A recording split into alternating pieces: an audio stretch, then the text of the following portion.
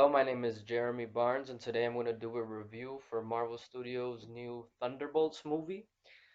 Um, my review will be spoiler free, and then at the end, I'll go into spoiler thoughts in full detail. And I'm going to just start off by saying I fucking love this movie.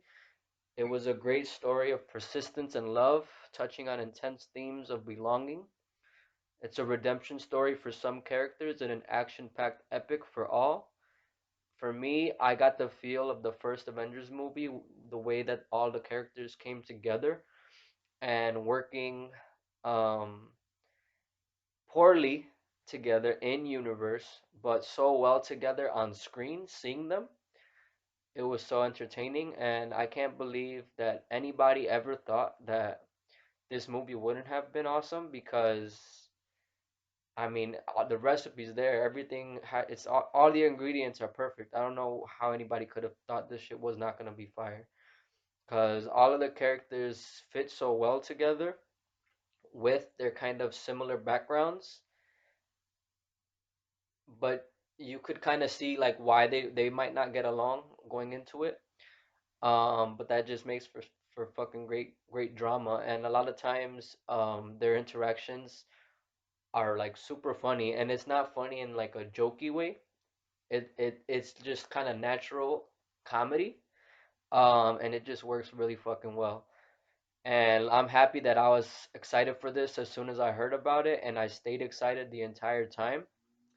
And man, the writing really stands out in this one because the themes are woven into the dialogue in such a cohesive way, and it makes you feel for the characters even more so for me looking back after the you get to the end of the movie. I think there's like a richer experience because you're like things that were said or that you see at a certain point kind of have a purpose or like a kind of payoff. So yeah, it was fucking really good. I'll just give you my fucking score right away so you don't have to like wait for that. But I'm gonna give this movie a fucking 9.5 out of 10. And now let's just jump right in. I'm gonna talk about the characters, starting first with who I would say is the lead of this ensemble film, which is Florence Pugh's Yelena Belova. She is the focal point for a lot of the themes of the movie, and she has, I would say, the most obvious arc from beginning to end.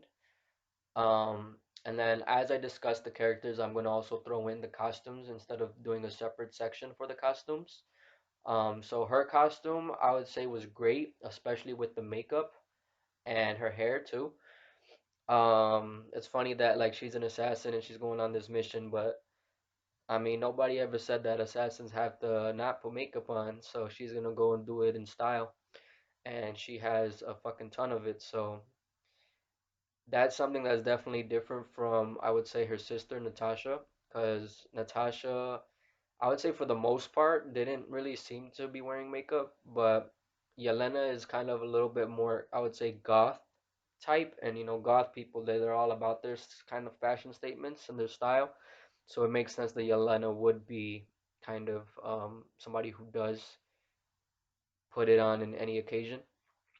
Um, the next character I'm gonna talk about is probably who I would say is like the most or like the second most standout character in terms of their story and their arc in the movie, and that's John Walker, the U.S. agent, which I don't think they ever call him that except for at the end of Falcon and the Winter Soldier. But just because I know him as that, I always call him that. But he is pretty much just John Walker in this film. Um, and I would say his character was enhanced in this from when we saw him in the Falcon and the Winter Soldier. I would say he's a little darker and more brooding, but he's actually badass and also kind of funny, which in Falcon and the Winter Soldier, I just kind of hated him almost like the whole time. I don't think I ever really liked him. But here, even though he's kind of more of an asshole than he was there, where he was like trying to do the right thing, trying to work with people, here it's kind of like the opposite. He thinks he's above everybody else in the team, but for some reason it just kind of works better. And I think it makes sense for his character because that is who his character is. He was never gonna be like a actual Captain America type. And this movie I think leans into that more, which is why I think I liked his portrayal here more than I did. And I did enjoy his character in Falcon and the Winter Soldier, but I actually liked him a lot more in this one. Um, and it was interesting because I would say that his powers seemed increased as well in this movie because he does something that I've never even seen or even thought that Steve Rogers was capable of, where he fucking jumps like fucking high as shit, like he could have been flying for all we know, because he jumps like fucking high, and we never seen Captain America like do that to that level, where Steve Rogers his movements were still kind of grounded in a way. But here John Walker, he's like yeah, like I mean he does that, and I would say that, and then some of the fighting parts where like his hits fucking have huge impact. Which Steve Rogers probably he does do, especially like when we see him in the beginning of Winter Soldier. But I feel probably it's that Steve holds back more than probably John does, because John doesn't care for these people that he's fighting in this moment. Like he doesn't care if he kills them. But Steve, like, um, I would say for the most part after the war, doesn't go to those extremes. So I think maybe that's kind of one of the reasons. Or it's just possible that since John Walker was already in kind of peak physical condition when he got the serum, he's just stronger than Steve with the serum. I don't really know for sure, but it's just something that I noticed. And I'd say his costume in this was fucking perfect because it's a lot darker and it's like dirty and shit.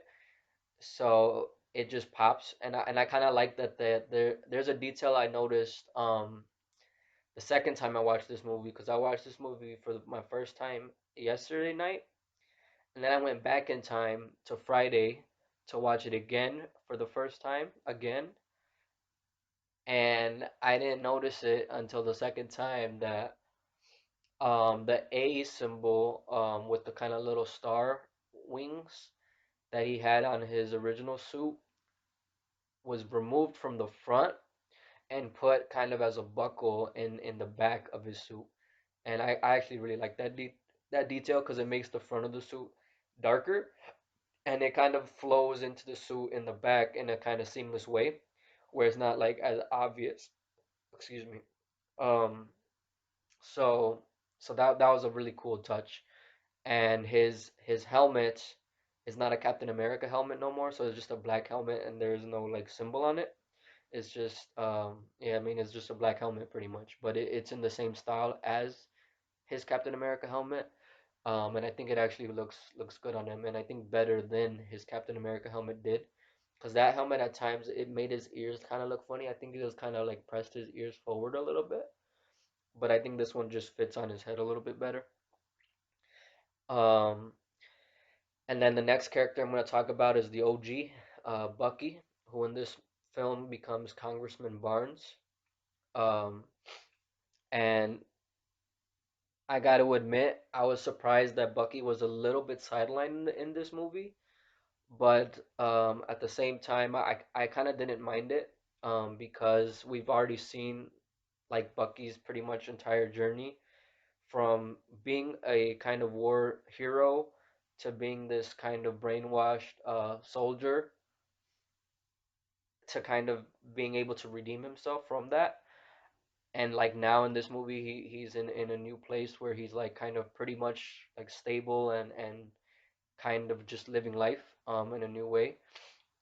As a congressman, you could tell that he doesn't really kind of enjoy his new line of work. He's kind of like, the way I would describe him is a badass who has retired but desperately wants to go back to work. Um, and And I like that this movie gave the other characters who are a little bit newer more time to shine. Um, but it would have been nice to see more from Bucky, but I think we will be getting that in the next Avengers movies, so it's not too far along that it's not gonna be a huge wait, so I'm okay with it. And he, because of all of his prior experience, should easily be the leader of the team, which he kind of is. But since Yelena is the focal character, she seems to kind of more be a bit of more in the leadership role. But I feel like that could change, like I said, in the Avengers movie, where I think maybe Bucky will be kind of taking on more of that leadership role now that the team has kind of been working together. Um, and Bucky's costume, I would say, is probably is this in this movie is the only one that isn't really that well. Not that's not true, but it's probably the worst that Bucky's ever looked. Especially his hair in this one, it looks really funny because it's like a little bit longer than the last time we saw him, so it's kind of growing out, but it's not back to the kind of like Winter Soldier level where I think it probably looks the best. But I think he will be getting that back to that kind of style in the next Avengers movie. Um, and I'd say that the best that he probably looked is when he wasn't wearing his jacket in this movie. Um, but yeah, I mean otherwise, like when he's not kind of in action, he looks okay. The next character I'm gonna talk about is the Red Guardian, Alexei, played by David Harbour. And in this film, his role is pretty much of a father and a disgraced super soldier, yearning for a return to his glory days. And his dynamic with Yelena was really good in this movie. I would say is that kind of relationship is kind of like the heart of it. Um, and his costume is the one that I would say is actually the worst, even worse than Bucky's. Like Bucky's, I think was okay still overall, but it's the worst that he's ever looked. But Red Guardians, I actually didn't like. Um, I think it was a downgrade from his suit in Black Widow. I feel like I like the colors more, but I wasn't a fan of the padding, and it kind of like seemed pointless, and it reminded me of the hockey pads from The Dark Knight. Like that's kind of how it looked, so I just didn't really like the design of it. But hopefully, if we see him again in a proper like Red Guardian uniform, I hope they actually give him a really cool suit. That is maybe kind of a combination of the two that he's had so far. Um, and then the next character is Ghost slash Ava Starr, played by Hannah John-Kamen. And I would say her character probably gets the least to do from the core cast. She doesn't have a lot of character moments, but she is very cool and likable when she is there. And I already liked her in her only other appearance so far, which was Ant-Man and the Wasp. And honestly, she was probably the only thing I liked from that movie.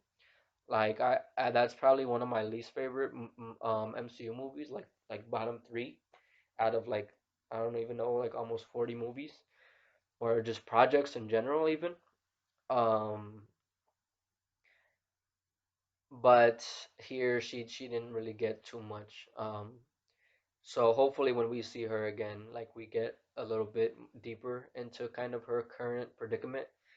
Because I was expecting her like kind of mentor figure from Ant-Man and the Wasp to at least get mentioned in this movie, but we didn't get that at all. So I'm wondering like what's going on with that relationship, and I hope we find out next time we see her.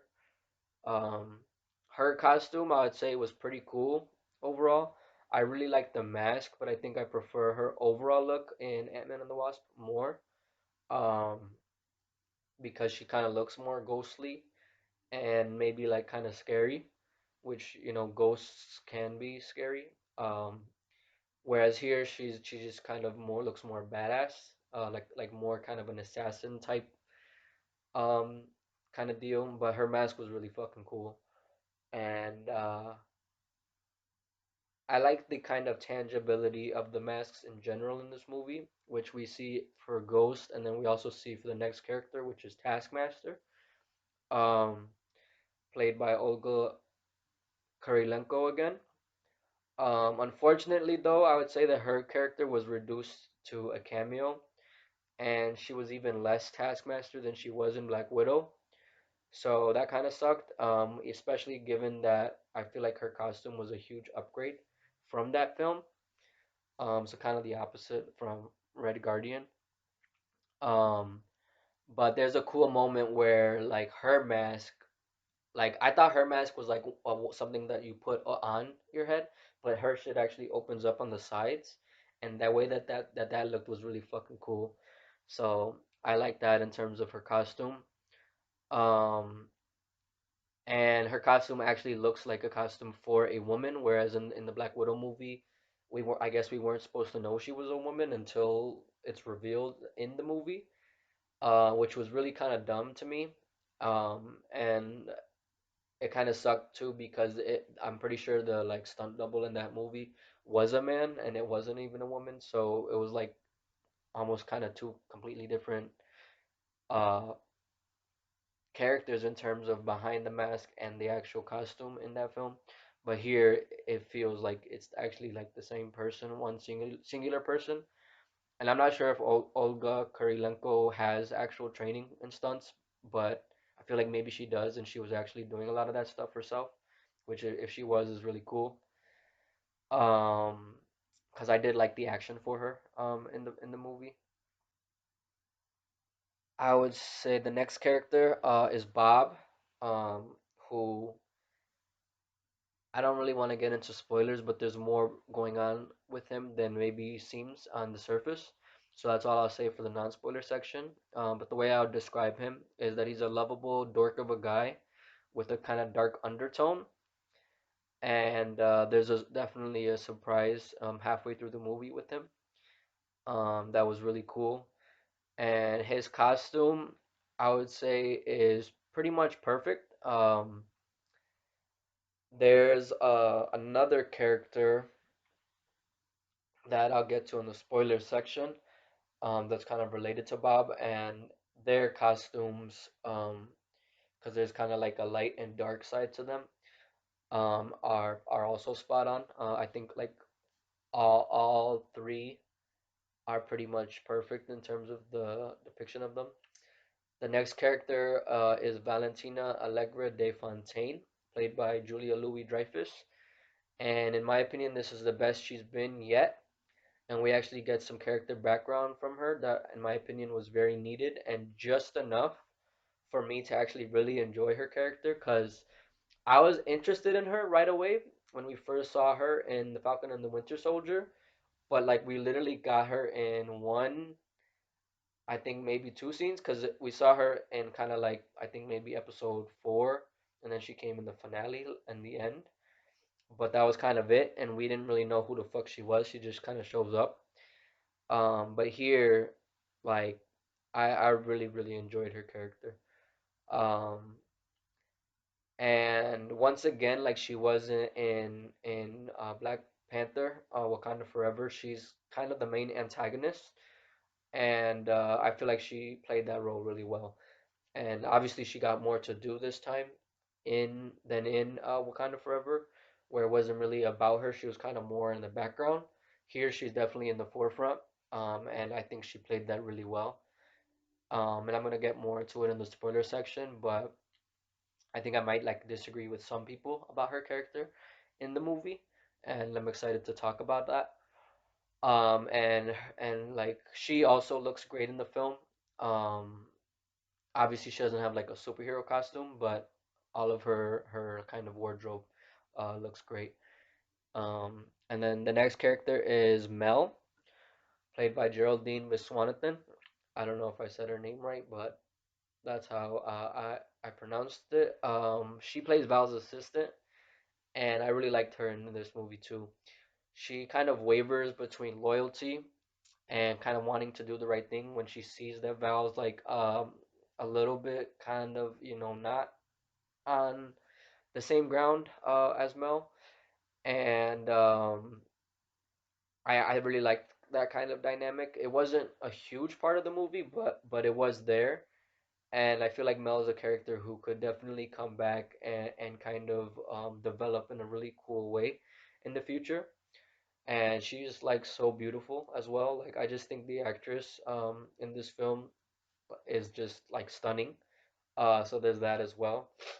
Um, in terms of her costumes, just similar to Val, they're all like really good looks. I don't know if she has changes. I'm assuming she probably does have more than one costume in the film, um, or like wardrobe, but yeah, but she was cool. The last character that I would say is kind of relevant to the movie, but not really a big character, is Congressman Gary, played by Wendell Pierce, who I knew was going to be in the upcoming Superman movie, but I didn't know he was going to be in this film until the second trailer that I think released after the Super Bowl. And his character is really funny in this movie. He's basically a colleague of Bucky's in Congress who serves as a kind of a mentor to him within politics and also Val's main adversary within that realm. Where Bucky, he's kind of just observing and kind of learning about what's going on in the world in his role in politics. Congressman Gary is directly at odds with Val, so that was kind of not interesting, but I think it was a fun dynamic to see in the film. Um, and then the next section I'm going to talk about are the themes, which are really heavy in this film. I think compared to pretty much all other Marvel movies, this is probably the heaviest and kind of most mature. Even though this film is PG-13, there's even some kind of like dialogue that is like kind of surprising to hear about in a PG-13 like superhero movie. But the main theme of the film, I would say, is like depression and self-worth. I don't know which one I would say is above the other, but they kind of go hand in hand. And depression specifically, I would say that theme is explored mostly with Yelena and Bob. Self-worth is explored through, I would say, all of the characters. And I'm gonna go into these more in the spoiler section because I can't really say how they're really explored without spoiling things in this part. But another theme is just trauma in general, and some characters' trauma are not seen in this movie, but we have seen, I feel like most, if not all, of those characters who we didn't get to see it in this film in their previous projects. So it's kind of like I'm okay with it. I do kind of wish maybe we did get to see some more because I'm sure there's more than just what we've seen already of the characters that we've seen that they could have explored here.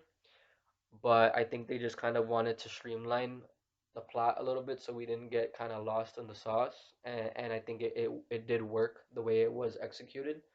But I did kind of want to see a little bit more. Um, Another theme in the film I would say is mentorship, which I kind of touched on with Wendell Pierce's character with Bucky. Um, and then I would say Bucky obviously to the team. Like I said, he's kind of the obvious leader, so he serves that role, and then he kind of also serves that role to Mel's character as well. Um, and then Val is a mentor to Mel, so Mel is kind of caught between like these two sides of like what type of person does she want to be within politics, which is obviously what she's doing. Um, and Bucky's not like fully in that realm, so there's like that conflict as well, which was interesting. And then Val is, and she's also kind of really successful within politics because she was the director of the CIA. In this film, it's actually kind of unclear to me exactly what her role is. I don't know if she's still the director of the CIA or if she's something else. I mean, maybe she is still the director, but then she's also doing like kind of corporate stuff as well. Because there's this like program or something. I don't know if it's a company or what it is called OXE, OXE. Um, and that's kind of where we see her focus more so than like in Wakanda Forever where we saw the CIA side more. Um, so yeah, I don't know, but there's also the father to daughter relationship between Alexei and Yelena, where that's like a kind of a mentorship as well, obviously. And then with kind of the main focal points of like Yelena, and then kind of the other character who kind of ties everything together in terms of the themes, which is Bob, where there's kind of a mentorship between those two characters as well. And that was really cool.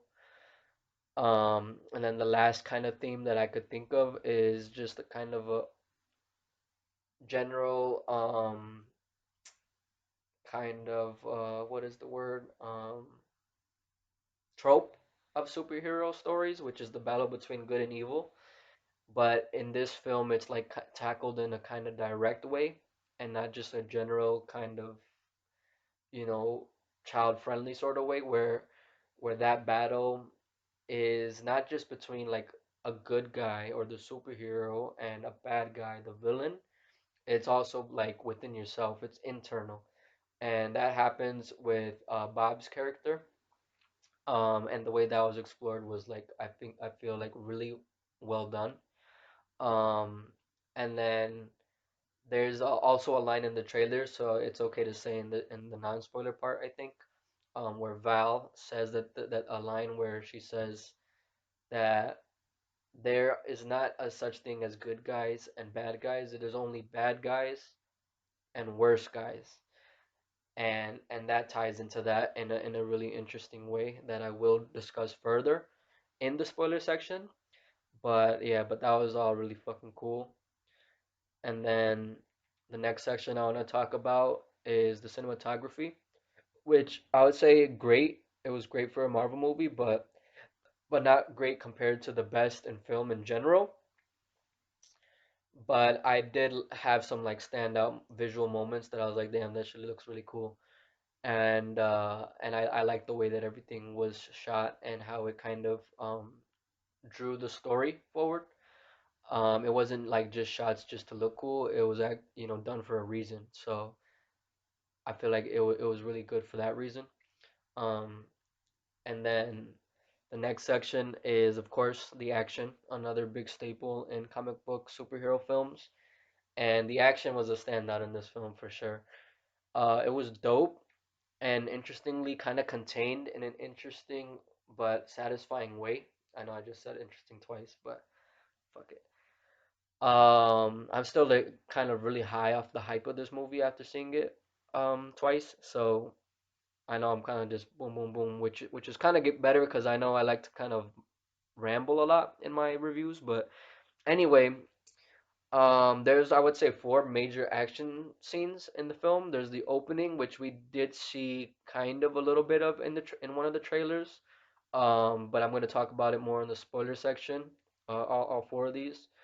And then there's the kind of vault fight where all the characters are meeting for the first time, and that shit was fucking fire as fuck. Like definitely one of my kind of standout fights in the entire MCU. It's not like top tier, but it's definitely one that I added to my list of like favorite fights in the MCU. Just because of everybody's abilities and shit, and the way that like they're all kind of going after each other. It was really fucking electric. So I like that one, and I would say that's probably my favorite fight in the movie.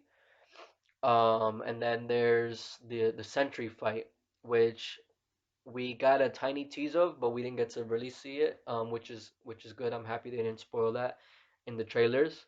But we see and we kind of suspect that there's gonna be some sort of fight when the Thunderbolts go up to the new Avengers Tower, which is called the Watchtower now, and that fight was pretty cool as well. Um, it was a little bit kind of undercut by some CGI, but otherwise, like I still enjoyed it. So yeah, but I hope to see like if we see Sentry again, kind of get to unleash. I hope the visual effects are a lot more polished. Because I don't want to just see him like that every time we see him. But he's an insanely powerful character, so there's that, and I think translating that in a way where the CG kind of has time to kind of really deliver, maybe it takes a lot of work. But I think it's honestly just that fact that Marvel has so much going on this year, and there's probably more projects that are more heavily CG focused, that this movie kind of got the short end of the stick when it comes to CG. But the finale was really interesting, and it was more abstract of a fight, but the way that it was done was really cool, and in my opinion, really satisfying. Because I know a lot of people kind of like dog on the MCU or just superhero movies in general with their third acts, where it's just like this huge fucking thing, and sometimes you kind of lose the stakes in that. But here we don't, and I feel like it was still cool to see visually. Like it's not like it's just a conversation or something. There is still action, like physical action to it, but there's also like character in it, in a very cool way. So I really like the finale as well. The next section I want to talk about is a huge standout in the movie, which is the music. We got a phenomenal score from Sun Lux, and like in the movie, I actually like kind of said, I think I said it out loud. I'm like, damn, the fucking music is going crazy right now, and it is. It's really I feel like kind of experimental when it comes to film scores. It kind of sounds like a little bit. I mean, I'm not good in terms of genres. Outside of like mainstream genres, but I'd say like kind of like maybe club, like EDM. I don't know, rave type sounds to it. And it's just really fucking cool. And the main theme for the actual like Thunderbolts team is like, holy shit, that shit's fucking amazing. Um, because I also listened to the soundtrack afterward, and the soundtrack's fucking fire. So, yeah, and then I also love the licensed theme song for the team, which was in the trailer and also in the credits of the movie, which is Starships, Nothing's Gonna Stop Us Now. I think it really fucking fits for the team, and it adds to that fucking feeling of, I'm sorry I'm saying that word so many times, but it's like me being hyped that I just like, that's my favorite word. I just throw it out there. Um, that like team or like kind of family dynamic that you get from seeing all these characters kind of combine, and you kind of get emotional from that song, from seeing them all come together and work together in a really cool way, and I think it's perfect for the movie. Um, so yeah, the music was great. The special effects, there's two aspects to it that I want to like kind of break up here, which is the practical effects, which was fucking awesome. And there's like three kind of major moments where that I think is most kind of prevalent, and it's the jump that we also see in the trailer that Yelena and Florence Pugh actually did from the second highest building, tallest building in the world, which I think is the Burj Khalifa. And I mean, she actually did that, so that's obviously practical.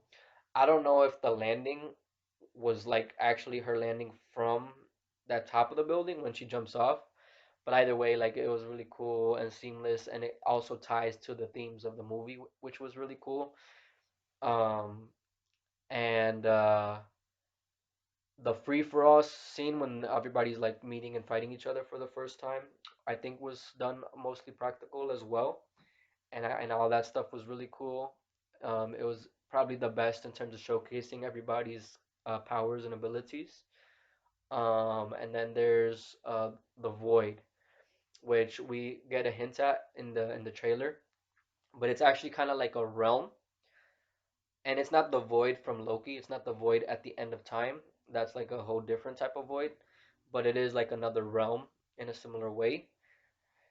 And that stuff, the way that I would describe it is kind of like a purgatory type place, but the way that they film it isn't through CG methods. It's not like green screen and shit. It's like rooms, and the way that they kind of go from room to room, what was all done practically, and I think definitely for the better. So that was all really cool. And then obviously the CG I kind of already mentioned with the Sentry fight, which I would say is the only time where I think, or the only time where they use CG a lot, probably. And I obviously, like I said before, I think it could have used a little bit more work, but because it's pretty much in just that scene, I was kind of okay with it. And I think it might look different on different screens because I think the second time I watched it, it actually looked a little bit cleaner to me than the first time. Maybe it's just because I had already seen it and my mind kind of got used to it already, or like, it's already processed it, so it didn't look like that weird to me, like it did the first time, where it looked a little bit video gamey and not even like modern, but kind of old video gamey. The second time it kind of looked okay, so I'm not sure if that's just my mind or, like I said, different screens. But yeah, but if we see more of Sentry doing that sort of thing, I hope it's done better the next time.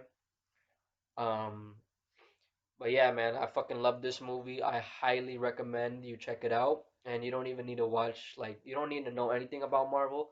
I think to watch this movie and enjoy it, get something really good out of it. So if you just like going to the movies for any reason, for any movie, I'd recommend go see this one for sure. I'm happy to find out what you guys all think. If there's anything else you guys would want to talk about, I'd be happy to comment back and forth on the video. Let me know. But I'm gonna leave it there. Thank you for watching. I'll catch you next time. Goodbye. Peace. Take care of yourself. Take care of the people you love. Ask for help if you need it. Talk to people. I love talking about movies, and my therapy is music. And this movie inspired me to start working on my next album. So there's that. I'm gonna leave it there. Thank you.